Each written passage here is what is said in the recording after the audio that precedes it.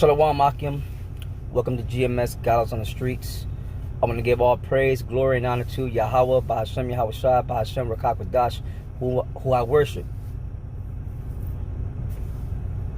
Double honors to my elder apostles, the great millstone, who taught me his word in sincerity and in truth, and who rule well and are still on the highways and byways, pushing his word to the end. And salutations to all you Akim out there, those of you who are affiliated with GMS, and those of you who are not affiliated with GMS, but you are teaching the doctrine of Yahweh Bahashem Yahweh Shai like GMS. Salutations to you, brothers, and keep pushing on. I'm Elder Sakaran from the GMS New York camp.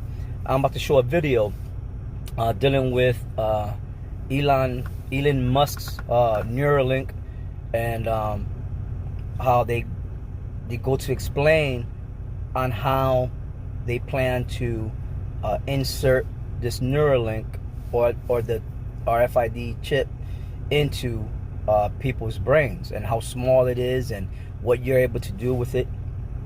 Man, when you watch this, you'll come to the realization that people are dumb as hell out here, man. How can they not see that that this is, that this is the mark of the beast, Anyway, I'm gonna proceed to just play the video, and I may stop the video and make a couple of comments, or I might just do a voiceover on certain parts and sections. All right, according to the spirit, so just bear with me. But Shalom, I hope this video is edifying. And once again, if you haven't subscribed, subscribe, and also hit the notification bell so that you know of the new videos that I put up. And with that, I'll say Shalom, and I hope this video and this lesson is edifying. Shalom. So this we want to just like, you see the robot on the left, and then the what looks like the needles for insertion next to a penny, but in fact the actual needle that gets inserted is way tinier. It's that little tiny thing at where the arrow is pointing. That's actually the size of the needle. It's about 24 microns in diameter. It's so small you can't really even see it in the picture with the penny. You can get a sense for the robot doing the electrode insertion. That's a very zoomed in view. So they're all very tiny, and the robot is very selectively applying them very delicately, and then this is what the chip looks like. So action potentials. So each one of those represents one electrode. So there would be up to 10,000 of these lines. The operation on a per chip basis, it involves just a 2 millimeter incision, which is dilated to 8 millimeters, and then the chip is placed through that, and then it goes back to being 2 millimeters, and you can basically glue it shut. You don't even need a stitch. And then the interface to the chip is wireless. So you have no wires poking out of your head. Very important. So it's basically Bluetooth to your phone. Because we'll have to watch the App Store updates for that one. Make sure we don't have a driver issue. And we hope to have this aspirationally in a human patient before the end of next year. So this is not far. I'm Max Hodak. I'm the president of Neuralink. So I've wanted to build a neural interface has really been like a central goal of my life, basically as long as I can remember. I think like we talk about AI being potentially the last invention that we have. I think that a high bandwidth BMI might be like really the first invention in many ways of like the next chapter of us. It's just really, like as Elon alluded to earlier, everything about your experience, your thoughts, your memories, it's all in your brain and represented in the firing statistics of action potentials. We knew, as Elon mentioned, that whatever we built, we wanted it to be completely wireless, it had to be something that would last for a long period of time, not something that you'd have to take out at 2, 3, or 4 years in. This is a photo of some of the prototypes that we've gone through over that time. So we started on the far left. That's an entirely passive board that has 64 electrodes on it and connects to connectors that go to big external amplifiers. And then we added integrated electronics with our first custom chip. That's also 64 channels. And then there's a big leap to the device that Elon showed a photo of earlier. That has 3,072 electrodes in a fully implantable package with just a USB-C port coming out. And then we took a step back in channel count, because remember we have to optimize safety, longevity, and bandwidth all together. And so in order to optimize some of those other things, we moved to an easier to manufacture system that has 1536 channels and a USB-C port. And those last two are the focus of the paper that we released today. And they taught us a lot about the architecture that we think was the basis for our first human product that we're calling N1. And the central component of that is the N1 sensor.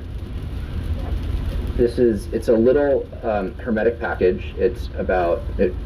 When it's fully assembled, this is missing an outer mold.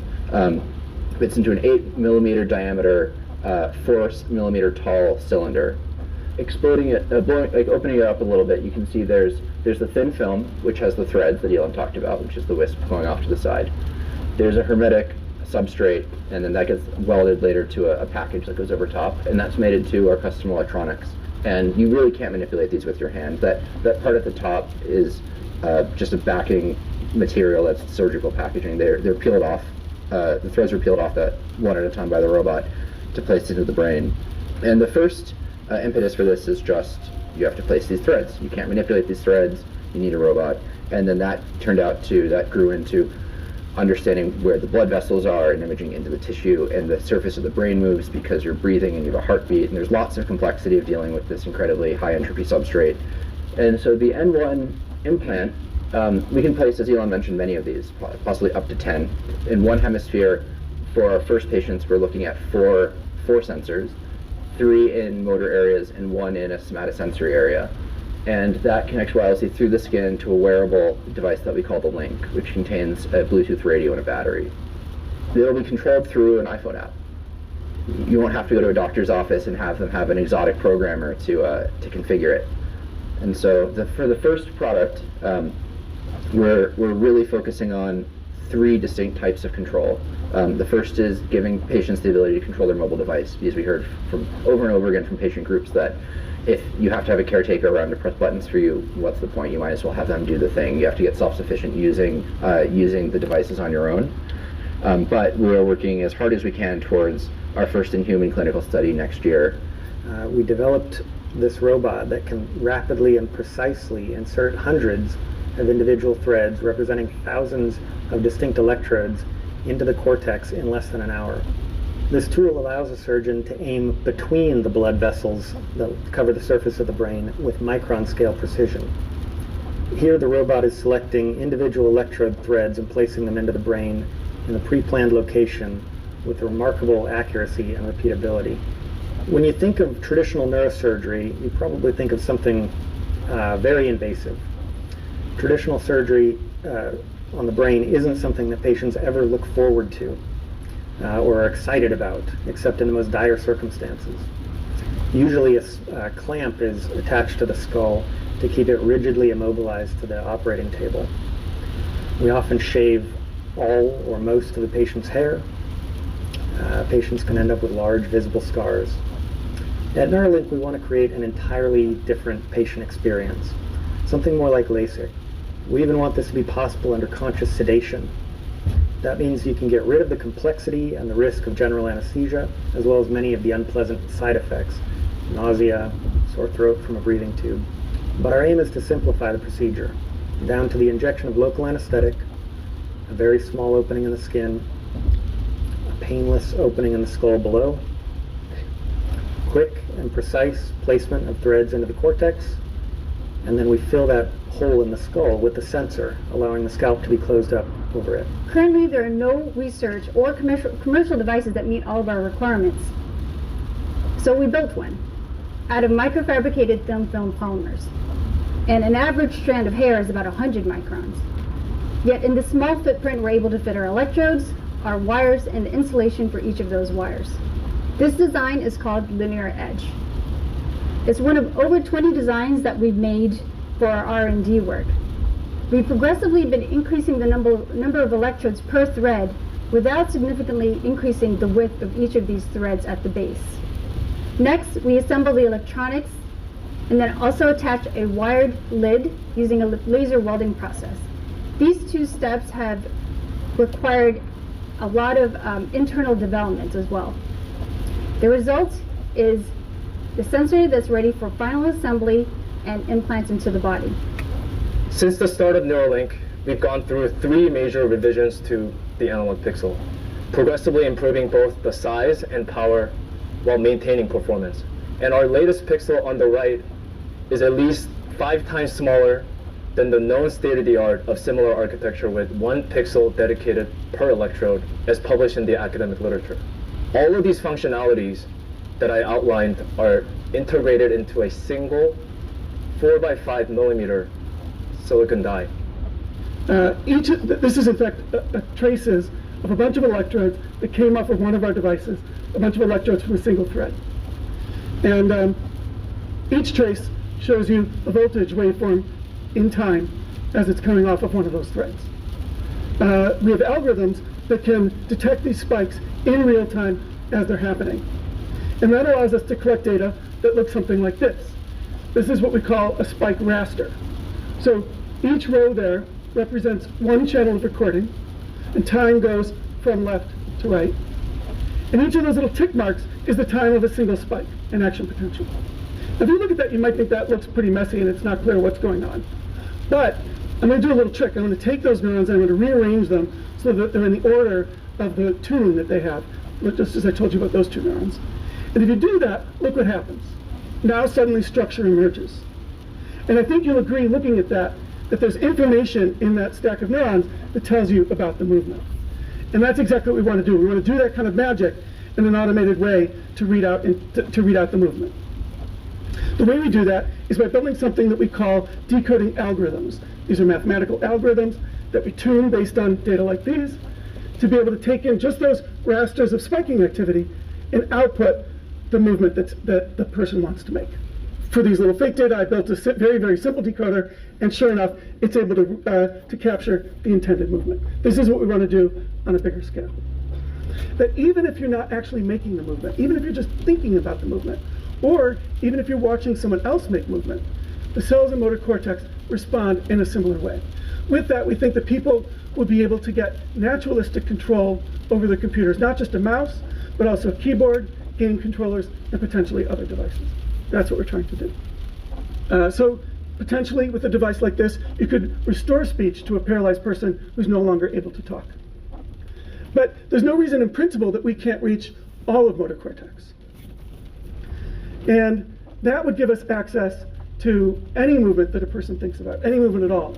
A person could imagine running or dancing or even kung fu, and we would be able to decode that signal. What Neuralink wants to do is to give people the ability to tap into those representations, to get better access to that information, both to repair broken brain circuits and also to ultimately give us better access to better connections to the world, to each other, and to ourselves. Okay, Akim. So yeah, so you've seen Elon Musk and his peers or whatever going into this this Neuralink and how they will administer it into the brain, into the skull, and cover it and all that stuff, and how small it is. And so, come on, man, you're gonna tell me that that is not the mark of the beast, that doesn't correlate with the prophecy of the mark of the beast at all? Come on now. You know, they're telling you what they plan to do, and they were showing you what, and or telling you, explaining what you will be able to do with this thing. Okay? And this is they're making this now.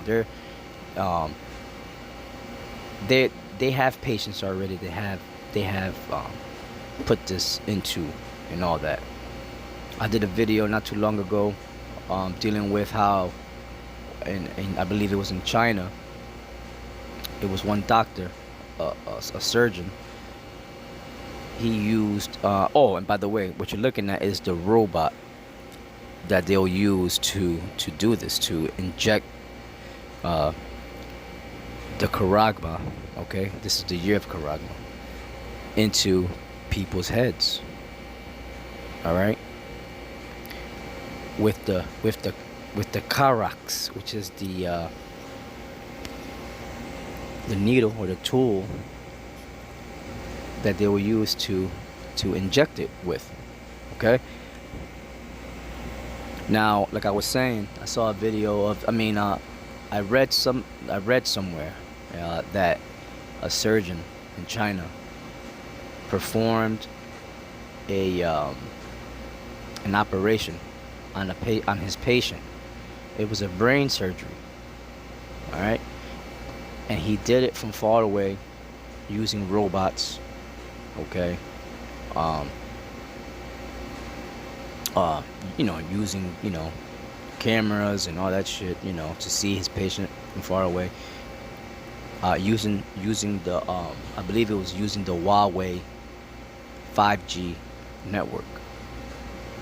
So it's happening. It's happening. It's just this hasn't it hasn't gone full scale. It hasn't gone global or mandated. See, that's when the shit really hits the fan, when they start mandating it and putting into law for people to have this thing, to have this mark. That's when it starts getting really serious. Then it's like healthcare, right? At one time, it was just somebody's choice whether they want healthcare or not. Now they mandated that everyone has to have it. If not, you get taxed. You see. So that's how it's going to be with the RFID chip and the Neuralink and all these chips. It's going to be mandated. If you don't get it, they're gonna send your ass off to the concentration camps. Well, they're gonna send you off to the concentration camps anyway. You see? So, America is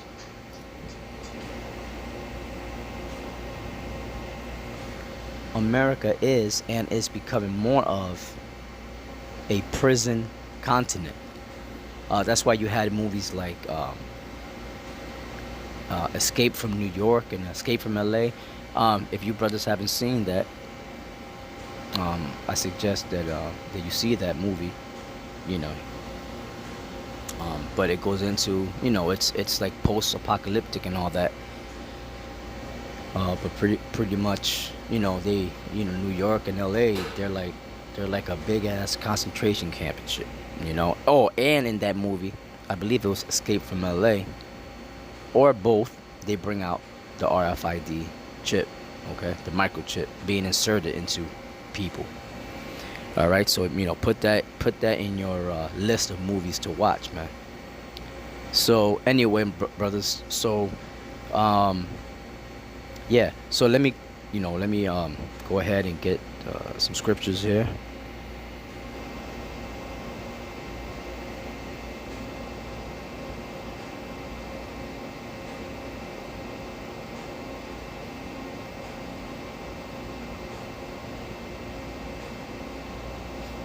So this is Revelation.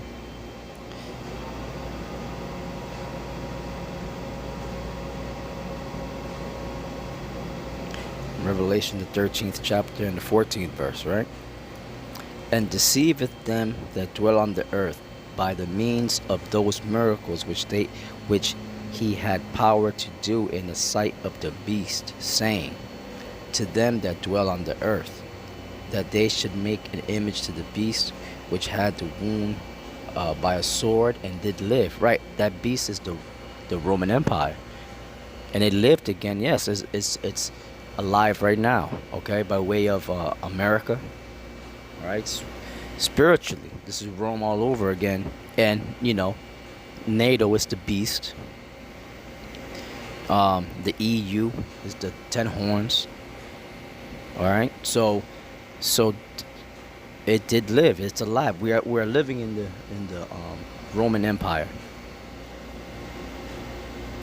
So this is read it on. It says, saying to them that dwell on the earth that they should make an image to the beast which had the wound by a sword and did live. Right, that part of that image is the RFID chip, man. The mark, the charagma. All right. Revelation 13:15. And he had power to give life unto the image of the beast, that the image of the beast should both speak and cause that as many as would not worship the image of the beast should be killed. Now that happened back in the time of Nebuchadnezzar, when the Lord showed Nebuchadnezzar what some scholars call the Gentile image, and it broke down the image, a big image who had a head of gold, a chest of silver, from the bottom of the chest down to the waist of brass, and the rest was iron, and the toes mixed with iron and miry clay. All right, so Nebuchadnezzar went ahead and he got proud. You know, Daniel, the Spirit of the Lord put it in Daniel to break the dream down to him, because those Magi's, those Chaldeans couldn't do it, so an Israelite had to do it, right? By the name of Daniel. And this guy Nebuchadnezzar, he got very proud. You know, he thought he was the Most High himself. He set up a image of gold, and he wanted everyone in his kingdom to bow down to it and to worship it, and that if nobody bowed down to it to worship it, that he'll kill them. Okay, so Daniel, Shadrach, Meshach, and Abednego, they weren't going for that shit, man. All right, they didn't bow down to that image. Okay, and that's what they're gonna try to do now. The image this time is gonna be that RFID implantable chip. They're gonna want everyone to take it. And if you don't take it, they're gonna kill you on the spot, or try to. All right, but the elect of the Lord will be protected. They shall be safe. And it says, Revelation 13:16, and he causeth all, both small and great, rich and poor, free and bond, to receive a mark in their right hand or in their foreheads. In their foreheads mean into your brain, man. All right, or straight up in your skull. Okay.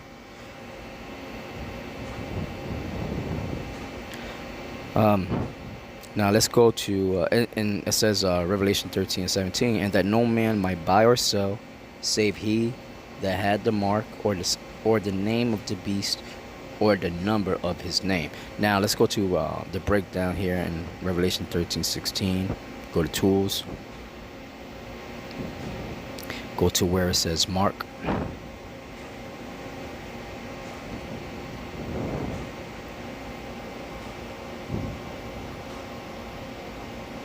And you see it says charagma.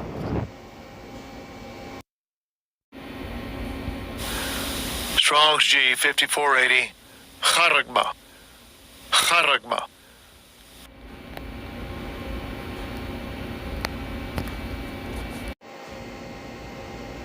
And we go to the Strong's entry, which is G5480. It says transliteration is charagma.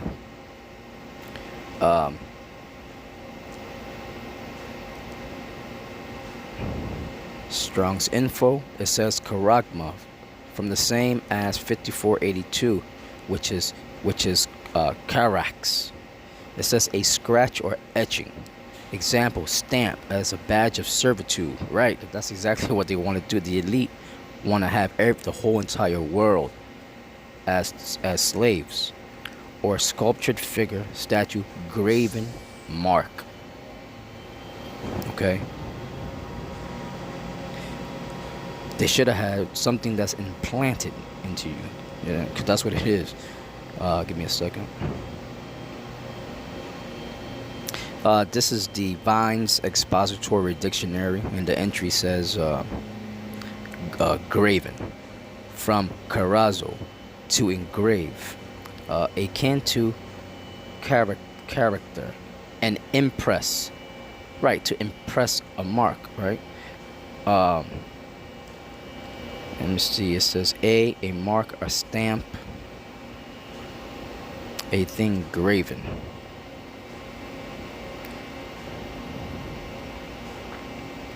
Okay, so, and it says that it comes from this Carax, and the Carax is pretty much dealing with the needle that they use to puncture the skin, to break the skin, and to insert this into you. Okay, it says Carax, a masculine noun, root word at the etymology, from carazzo, to sharpen to a point. Now I showed you that robot that they will use. Now at the very tip of that robot is the knife, or the Carax, that they'll have the chip within it to push it into your skull, to break the skin and to put into your skull, or into your brain. Okay.